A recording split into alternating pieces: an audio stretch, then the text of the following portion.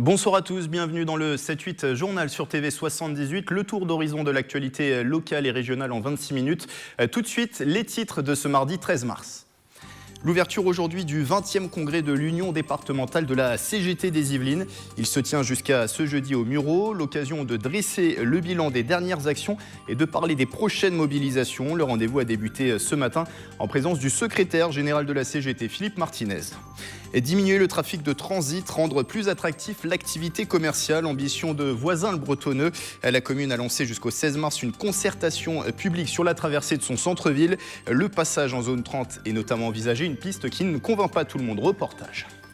Enfin, votre rendez-vous hebdomadaire, le portrait de la semaine est consacré à 10 jeunes Yvelinois qui font du hip-hop. Depuis 4 ans, ils dansent au sein d'une compagnie, le Meltin Urban Crew.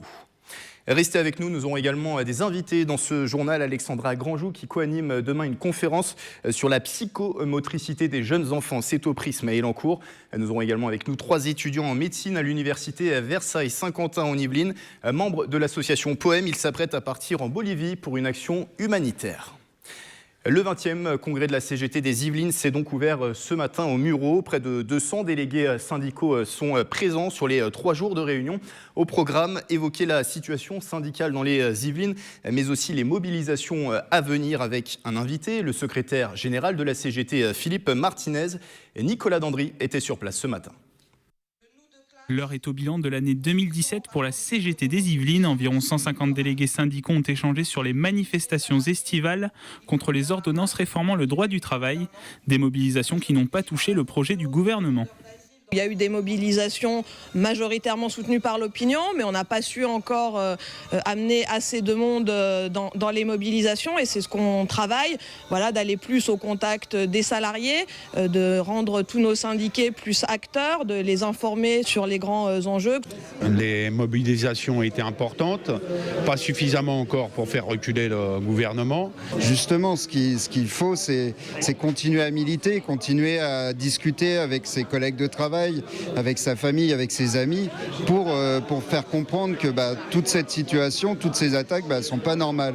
Ce 20e congrès de la CGT des Yvelines, l'occasion de préparer les prochaines mobilisations, à l'image du jeudi 22 mars pour protester contre le projet de réforme ferroviaire, avec l'ouverture à la concurrence ou la fin du statut de cheminot pour les nouveaux embauchés. Et puis le 22, il y a une convergence de lutte des cheminots, des fonctionnaires, de l'énergie, certaines entreprises du privé. Donc c'est une étape où on va ensemble réfléchir comment on donne des suites et comment on élargit, ce que je disais tout à l'heure. Et donc il y a besoin que le 22 mars soit puissant. Mais également aussi une mobilisation des associations d'usagers et de la population plus largement, au-delà des cheminots, parce que le rapport Spinetta et ce qui est repris par le gouvernement, c'est une attaque purement et simplement du service public ferroviaire. Une autre journée de mobilisation est déjà prévue ce jeudi 15 mars par les retraités, les salariés des EHPAD et les aides à domicile. Elle se tient jusqu'au 16 mars. Voisins-le-Bretonneux a lancé une concertation publique en vue du réaménagement de son centre-ville. Parmi les pistes évoquées, le passage en zone 30, mais tous les riverains ne sont pas favorables aux nouvelles idées proposées. Une réunion publique avait lieu le jeudi 8 mars pour faire le point. Camille Lambert, Patrick Jacques de Dixmude et Mickaël Elmidoro. Rue Hélène Boucher et Port-Royal, si elles paraissent tranquilles en journée, aux heures de pointe, elles n'ont pas la même allure. Les automobilistes de la vallée de Chevreuse les empruntent et le flux important crée souvent des ralentissements. La circulation de transit est gênante, bien entendu. En même temps, elle alimente aussi nos commerces. Voilà, si Voisins n'étaient plus traversés non plus, eh bien peut-être que nos commerces n'auraient pas la même vitalité qu'ils ont aujourd'hui. On parle d'un dévoiement, d'un contournement de Voisins, qui est bien sûr un autre sujet, l'un n'exclut pas l'autre. Aujourd'hui, il faut vraiment qu'on se concentre sur cette traversée de Voisins. Je ne peux pas la laisser dans l'état actuel. La commune de Voisins-le-Bretonneux a donc lancé une concertation pour réaménager cette zone. Objectif, harmoniser et apaiser la circulation de cet axe structurant pour la ville. Une réunion publique a eu lieu jeudi 8 mars pour faire le point sur ce projet. C'est une rue qui est fréquentée. Maintenant, savoir si c'est vraiment un problème, c'est un petit peu ce que l'on va essayer de comprendre aujourd'hui. Pendant cette réunion, plusieurs commerçants ont écouté avec attention les débats sur ce centre-ville. C'est le cas du gérant sur cette brasserie implantée en face de la mairie. Pour lui, la ville doit investir raisonnablement dans ce projet. Moi, je pense qu'on peut très bien réaménager le centre-village tout en restant dans des choses simples, refaire peut-être les voies. refaire peut-être un petit peu les trottoirs, mais pas partir dans des budgets comme on a entendu, 2 millions d'euros, je pense que ça fait beaucoup. Est-ce que c'est vraiment nécessaire et est-ce que vraiment ça en a besoin aujourd'hui? J'en suis pas sûr. Les différentes propositions sont consultables en mairie. Le projet prévoit de diminuer la part de trafic de transit, réduire les vitesses tout en maintenant l'activité commerciale du centre-ville. Un chantier que la maire espère voir débuter en 2020 malgré les revendications du groupe d'opposition d'hiver droite Tous Rassemblés pour Voisins, qui demande notamment de ne pas créer de nouvelles rues pour éviter la concentration automobile dans la ville. Et des images également sur ce sujet de Quentin Lefrère. C'est le plus grand salon international de l'immobilier et Saint-Quentin en Yvelines y participe. Le MIPIM 2018 a débuté aujourd'hui mardi au Palais des Festivals à Cannes. 24 000 participants, plus de 3 000 exposants et 100 pays représentés sur 4 jours d'événements. L'agglomération va profiter du rendez-vous pour montrer ses 5 grands projets immobiliers d'entreprises exposés en hologramme, participer à des conférences et aussi organiser des visites thématiques avec des investisseurs internationaux. Écoutez Christine Turquet de Beauregard, invitée du dernier 7-8 Échos d'Aurélie Ronze. Nous avons la chance donc de pouvoir mettre en avant à la fois les grands projets d'aménagement, l'offre de bureaux, l'offre immobilier d'entreprise, comme vous venez de le dire dans votre reportage. Et surtout, nous bénéficions cette année d'une visibilité internationale avec à la fois la Ryder Cup, donc compétition de golf en octobre, mais également les Jeux olympiques et paralympiques en 2024. Et cette année, en fait, le pavillon est organisé avec un espace central pour mettre vraiment en valeur 5 thématiques qui sont justement les grands événements internationaux, l'offre immobilière, l'innovation, les transports et les concours architecturaux. C'est en ce moment la grande semaine de la petite enfance, un rendez-vous national et pour la 3e année consécutive. Elancourt se mobilise pour cet événement. Bonsoir Alexandra Granjou. Bonsoir. Vous êtes la directrice de la crèche collective L'Île aux Câlins à Elancourt. Vous co-animez demain, mercredi à 20h, une conférence au Prisme. On peut voir l'affiche s'afficher. Je bouge, tu bouges, nous bougeons abordera le thème de la psychomotricité chez l'enfant de 0 à 3 ans. On va en parler dans un instant. Déjà un mot peut-être sur cette semaine de la petite enfance. Quels sont les objectifs et comment ça s'organise sur la commune d'Elancourt cette semaine? Alors en fait, c'est en lien avec un projet national qui s'intitule donc la grande semaine de la petite enfance. Et Elancourt cette année, le service petite enfance a souhaité y participer. Donc comme vous l'avez dit à nouveau aujourd'hui, donc nous avons dans toutes les structures, il y a des petits événements à droite à gauche, des ateliers et donc une conférence demain qui s'adresse aux familles ou en tout cas parents, grands-parents des jeunes enfants. On va y venir. Alors chaque année, il y a un thème aussi pour ces semaines de la petite enfance. Le thème retenu cette année, c'est la motricité. On imagine une thématique importante chez les jeunes enfants, la motricité. Oui, tout à fait. Voilà. Cette année, c'est sur la psychomotricité du tout petit. Donc c'est le quotidien de l'enfant. Donc la motricité, c'est ce qu'on vit tous les jours avec les tout petits, qui bougent, qui sautent, qui courent, qui grandissent, qu'on voit grandir sous nos yeux. Voilà. Et le thème, c'est ça, c'est comment l'enfant évolue et grandit de 0 à 3 ans, là principalement. Alors demain mercredi, vous co-animerez donc la conférence Je bouge, tu bouges, nous bougeons sur le thème de la psychomotricité. Chez les jeunes enfants, vous serez aux côtés d'une psychomotricienne, justement, elle s'appelle Caroline Besson. Pour donner toutes les clés à nos téléspectateurs, concrètement, la psychomotricité, c'est quoi? De quoi on parle quand on parle de psychomotricité? Alors quand on parle de psychomotricité, on parle de tout le développement moteur, mais aussi psycho-affectif du tout petit. C'est-à-dire comment le tout petit va se mettre à bouger, va se mettre à 4 pattes par exemple, va se mettre assis, va se mettre debout. Voilà, qu'est-ce qui se passe dans son corps pour qu'il arrive un jour à devenir un petit bipède, c'est-à-dire un petit être qui marche sur ses 2 pieds. Et tout ça, c'est en lien avec l'environnement, tout ce qu'il vit autour de lui, ses parents, ses grands-parents, sa famille, les personnes qui vont s'occuper autour de lui, en fait, qui vont s'occuper de lui. Et ça est en lien, bien sûr. C'est-à-dire qu'il y a un lien entre le corps et le psychisme? Exactement, voilà, tout à fait. Un enfant qui va grandir dans un environnement plutôt sain est un enfant qui va grandir de façon harmonieuse, à la fois dans son esprit, mais aussi dans son corps. Alors, chaque année, pour cette semaine de la petite enfance, vous proposez une conférence. Pourquoi demain proposer cette conférence sur la psychomotricité? Qu'est-ce qui vous a poussé à choisir ce thème? Alors, le thème, il a été choisi donc, par rapport au projet national. D'accord. C'est lui qui définit le tout bouge, en fait. C'est comme ça que ça s'appelle. Donc, nous avons suivi ce thème-là. Voilà, tout simplement. Est-ce que les parents étaient aussi demandeurs? Est-ce qu'il y a peut-être une méconnaissance sur ce thème de la psychomotricité aujourd'hui? Alors oui, les parents sont très demandeurs.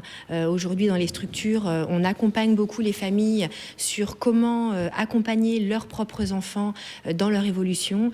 On voit par exemple en tant que parent beaucoup d'enfants qui sont rapidement mis assis ou alors qu'on va très vite aider à se mettre debout. Voilà, on va avoir tendance à agir beaucoup trop vite, nous adultes, alors que l'enfant est capable génétiquement et naturellement est capable de le faire seul. Vous le disiez, c'est un thème primordial à cet âge-là, entre 0 et 3 ans. On peut imaginer aussi que, par exemple, d'éventuels problèmes dans la motricité de l'enfant vont se répercuter sur sa vie d'adulte, donc il est important d'agir très vite. Tout à fait, exactement. Un enfant qui aurait une psychomotricité très fluide, tout petit, c'est un enfant qui va devenir un adulte plutôt à l'aise dans son corps et aussi à l'aise dans ses relations sociales. Voilà, un futur adulte de demain qui sera bien dans la société. On le rappelle, vous êtes directrice de crèche, on connaît le rôle d'accueil des crèches. Est-ce que les crèches, à votre avis, n'ont-elles pas aussi un rôle d'information, de prévention auprès des parents, justement sur des thèmes comme la psychomotricité? Si, tout à fait, nous avons un rôle de prévention, c'est pour ça qu'on le fait. Voilà, c'est important que l'enfant puisse grandir de façon harmonieuse, mais que son parent soit accompagné voilà, par des professionnels. Donc c'est notre rôle, oui, tout à fait. Dernière chose sur le programme de demain, vous serez donc aux côtés de Caroline Besson. Comment vont se dérouler vos différentes interventions? Vous, par exemple, sur quoi allez-vous parler demain?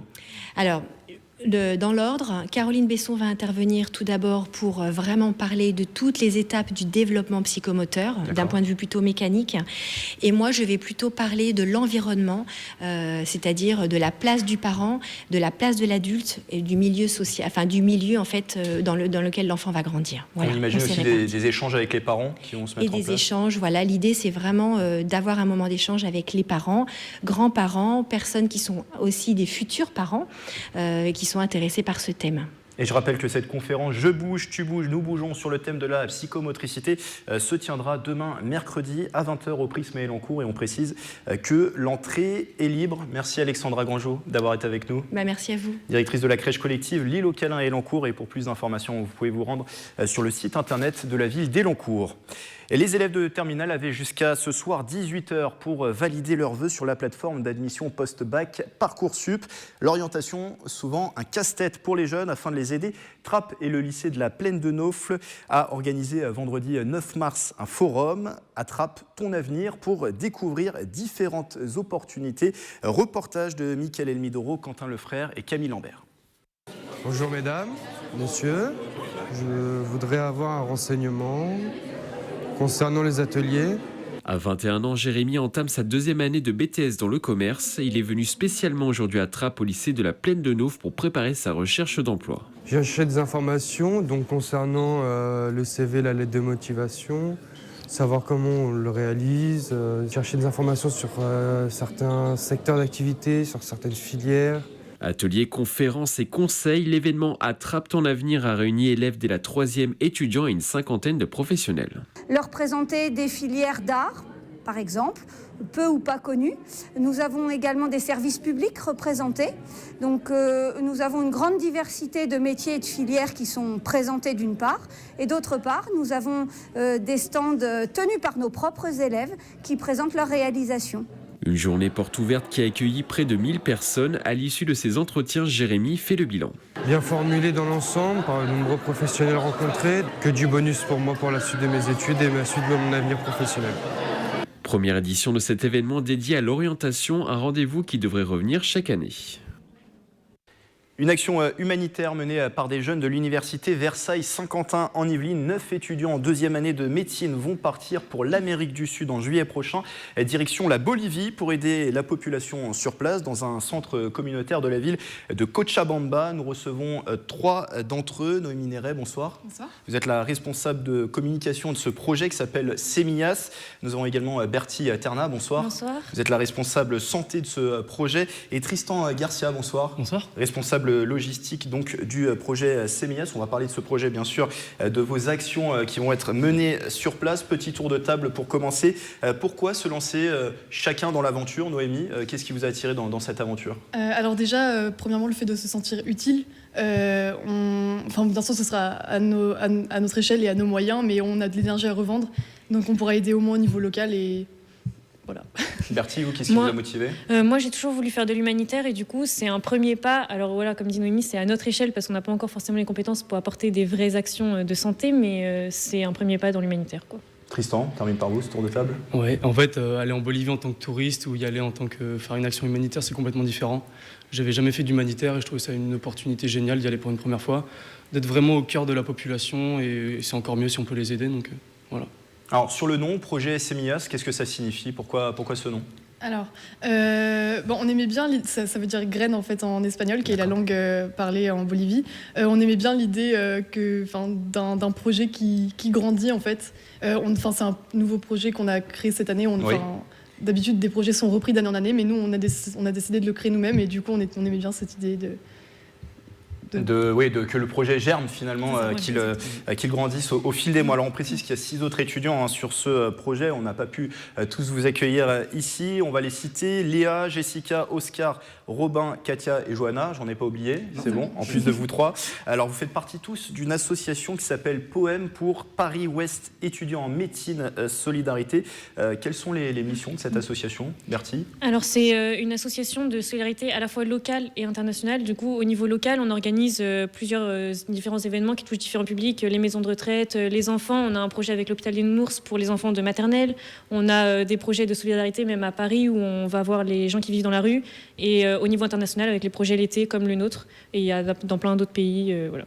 Alors sur place, vous mènerez des actions aux côtés d'une association bolivienne pour le coup qui s'appelle Nucanchic. 2 mots peut-être aussi sur cette association. Quel est son but à cette association? En fait, oui. Allez-y, oui, Tristan. En fait, c'est une association qui est dans la banlieue de Cochabamba. Et en fait, il y a plusieurs familles qui sont associées à cette association. Très bien. Et en fait, elle leur permet d'avoir, par exemple, il y a une création d'un potager, une création d'une ludothèque. En fait, ça leur permet d'avoir un cadre pour mieux vivre, faire des échanges, ce genre de trucs. Et pour mener des actions sur place, oui, c'est primordial de s'associer à une association locale pour le coup. Oui. Ça nous permet d'être en relation directe avec des gens dans le besoin en fait. On pourra aider 300 familles concrètement qui viendront chaque jour dans plusieurs domaines. Alors quand vous avez créé ce projet, parlé de ce projet, pourquoi avoir choisi la Bolivie? Qu'est-ce qui a fait que vous ayez choisi la Bolivie plutôt qu'un autre pays pour mener cette action?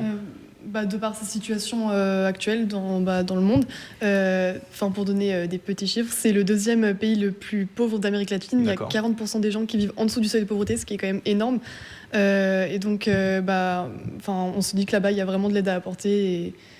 Après, plein d'autres raisons comme les inégalités, notamment entre zones urbaines et rurales. Il y a peu d'écoles aussi sur place, peu d'écoles. On peut parler aussi du travail des enfants qui est légal en Bolivie. Oui, à l'âge de 10 ans, ce qui est le chiffre le plus bas au monde, je crois. Il y a une loi qui vient d'être votée en 2010 justement pour abaisser ce chiffre-là à 10, qui était avant à 14. Et on peut citer également une situation sanitaire qui est alarmante. Voilà. Il y a l'eau potable, en fait, elle est justement pas potable.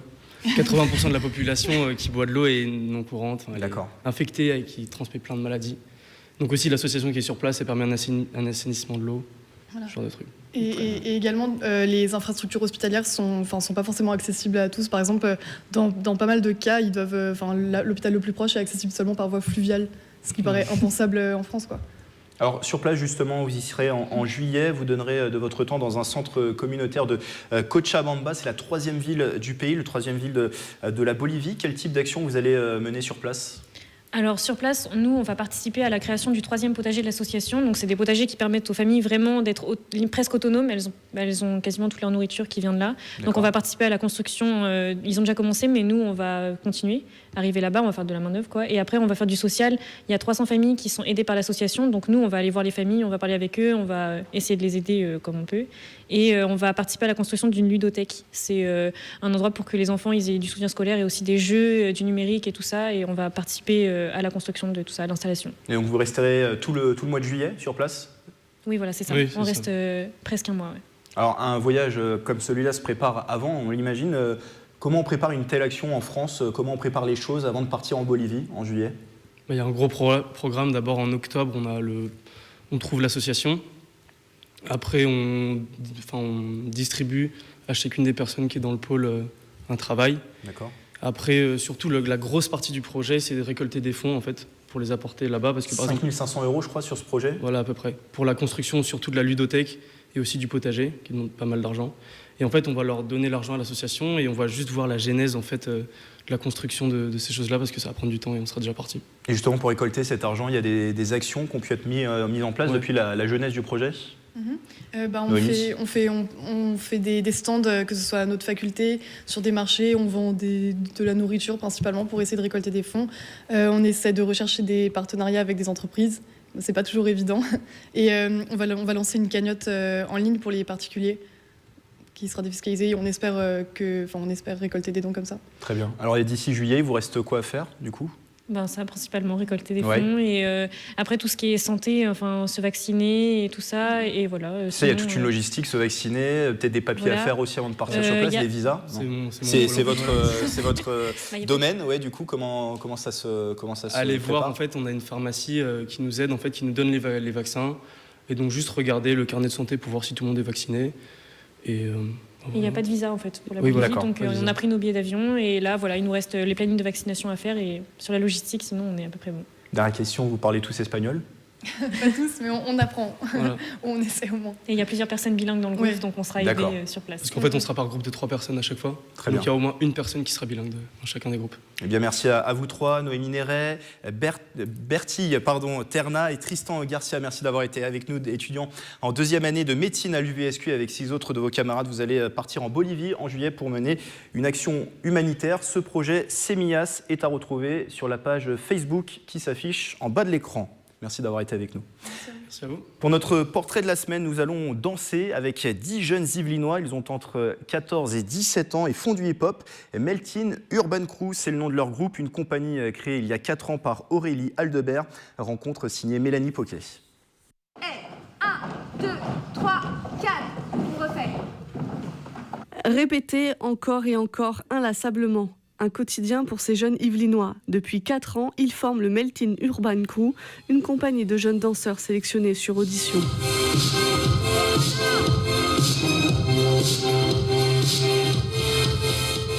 Une compagnie récente créée par Aurélie Aldebert, leur chorégraphe et professeur de hip-hop. Anne, le sol, c'est pas bon. Non, je glisse. Carfouette par terre.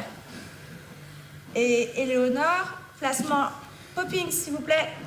Le tout premier objectif de cette compagnie, c'était de permettre à des jeunes de monter sur scène et de montrer ce qu'ils avaient dans le ventre et ce qu'ils avaient envie de monter sur scène et de partager des scènes vraiment avec d'autres groupes, que ce soit des groupes hip-hop, mais voire aussi s'ouvrir sur d'autres styles de danse comme la danse classique, le moderne, le jazz, le contemporain.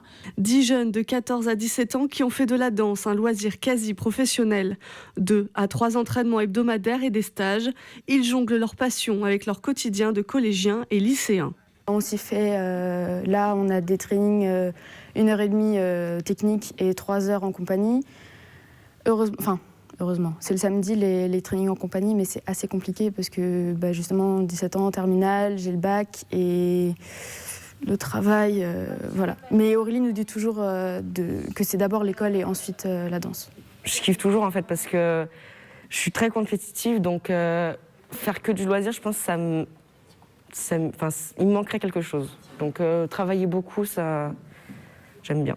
De base, moi, la danse, c'est une passion. J'ai envie d'en faire mon métier plus tard. Du coup, pour moi, c'est pas du tout une contrainte.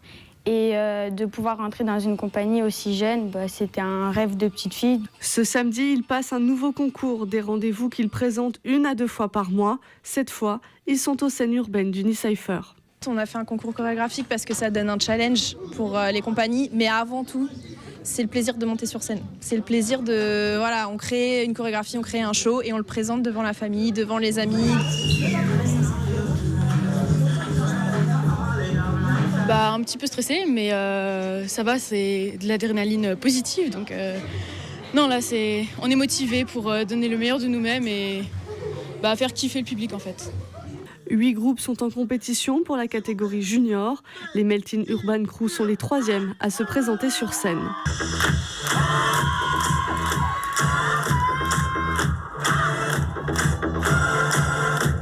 Pour cette 2e édition, il termine 3e. Prochain objectif, la finale de House of Crew Pro le 17 mars prochain, avec dans le viseur le mois de mai les qualifications du Hip Hop International France à Orléans pour tenter de partir à Las Vegas. Et du judo à Coignères, avant de se quitter, plus de 200 jeunes âgés de 4 à 12 ans se sont affrontés sur les tatamis du gymnase du Moulin à Vent ce week-end. Une compétition qui a réuni une vingtaine de clubs des Yvelines.